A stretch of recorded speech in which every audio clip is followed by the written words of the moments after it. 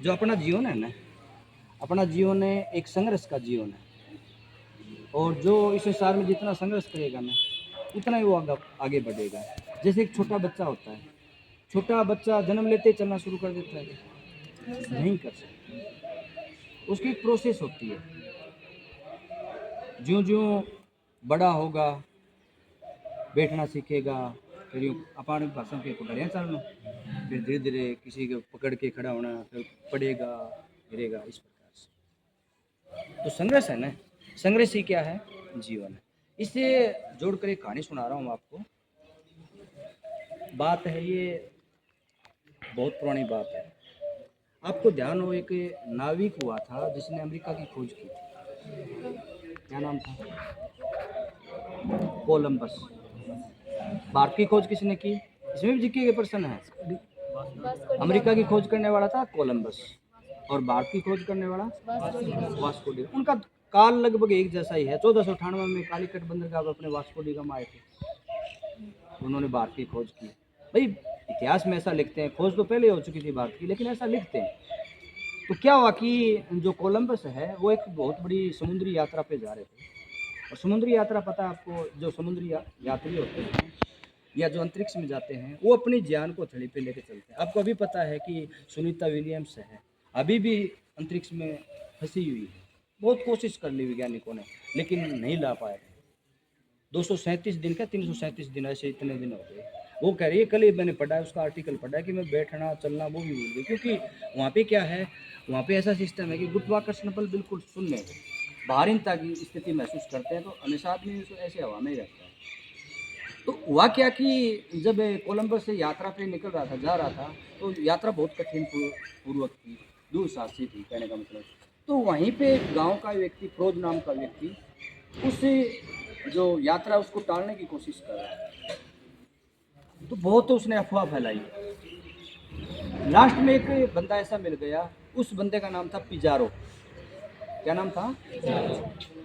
तो पिजारो को उसने पकड़ लिया कि इसको पकड़ के और डराते हैं, इस यात्रा से डराते हैं। तो उसने कहा कि आप, चलो ये बताओ, आप यात्रा पे जा रहे हो, तो मेरे मेरे पास मतलब आपके लिए 2-3 प्रश्न हैं कि आपके जो पापा हैं वो कैसे मरे?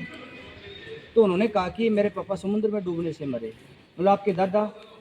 मतलब वो भी पानी में डूबने से मरे। मतलब आपके परदादा? वो भी शायद ऐसे ही कोई समुद्री तूफान था उसमें डूब गए।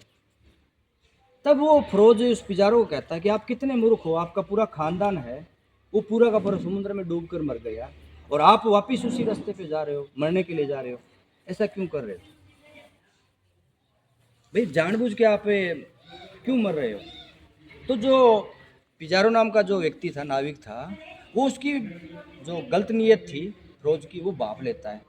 वो कहता है कि मैं भी आपसे एक प्रश्न पूछता हूँ।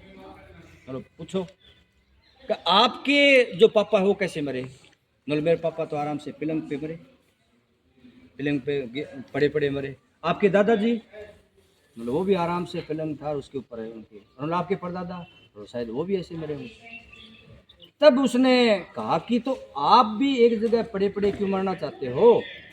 इसका जवाब देखो, इसका, पिजारो का उल्टा जवाब।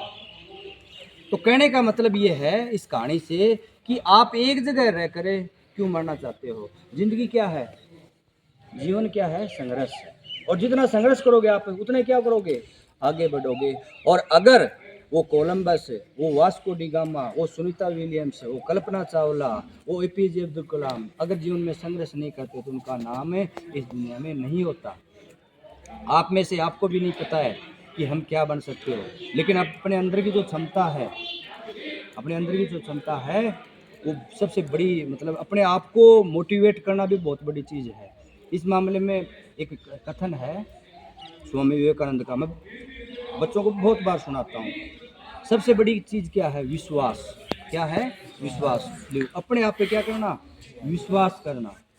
3 बातों में कहता है विश्वास, 3 बार कहता है स्वामी विवेकानंद, विश्वास विश्वास विश्वास। आप बोलेंगे साथ में, विश्वास विश्वास विश्वास। अपने खुद पर विश्वास, अपने कर्म पर विश्वास, और अपने ईश्वर पर विश्वास। यही सफलता का मूल मंत्र है। तो अपने किस पे विश्वास रखना चाहिए? खुद पे, अपने काम पे और अपने ईश्वर पे। अगर ईश्वर साथ है और हम कर्म करते जाएंगे तो हम आसानी से सफलता हासिल कर सकते हैं। ये जो बातें हैं, कुछ लोग क्या हैं, कहते बहुत ज़्यादा हैं लेकिन करते कम हैं। और अपने भारत वालों की सबसे बड़ी कमी यही है। जापान एक छोटा सा देश है लेकिन पूरे वर्ल्ड में उसकी वो इकोनॉमी है वो बहुत पावरफुल है, क्योंकि वहाँ पे कर्मशील लोग हैं। छोटे छोटे बच्चे भी बहुत ज़्यादा क्या है, कर्मशील है। तो आप क्या की बनिए, कर्मशील। और कहते हैं कि कर्म की क्या होती है, पूजा होती है। जितना अच्छा कर्म करोगे, अच्छाई के लिए करो। और एक और ध्यान रखना कि आपकी कोई प्रशंसा करता है या नहीं करता है, कोई लेना देना नहीं, अपने काम करते जाइए। मैं तो अपने स्टूडेंटों को कहता हूँ कि कोई आपके लिए ताली नहीं बजाए तो ये हाथ फ्री होता है, और अपने आप को शाबाशी ऐसे दे लिया करो। दो देखा शाबाशी ऐसे, और क्या कहेंगे, शाबाश शाबाश, खुद को शाबाशी देते हैं, शाबाश शाबाश, बहुत बढ़िया रहता है। तो मेरी कहानी आपको शायद कुछ समझ में आई हो, ज़्यादा बोल दिया मैंने। तो इस कहानी को अपने जीवन में क्या करोगे, फॉलो करोगे, उतारोगे, अमल करोगे। और कहते हैं ना कि जीवन में कोई बातें हैं ना जो कह के जाए, क्या कहते हैं, एक विचार है ना अपने जीवन को क्या कर सकता है, बदल सकता है। तो यही आपसे रूबरू होने का मेरा मेन मकसद था। और आप जीवन भर उत्तरोत्तर से उन्नति करो, आपके अच्छे अंक आएँ और अच्छा अपने माँ बाप का, अपने परिवार का, अपने देश का नाम रोशन करो।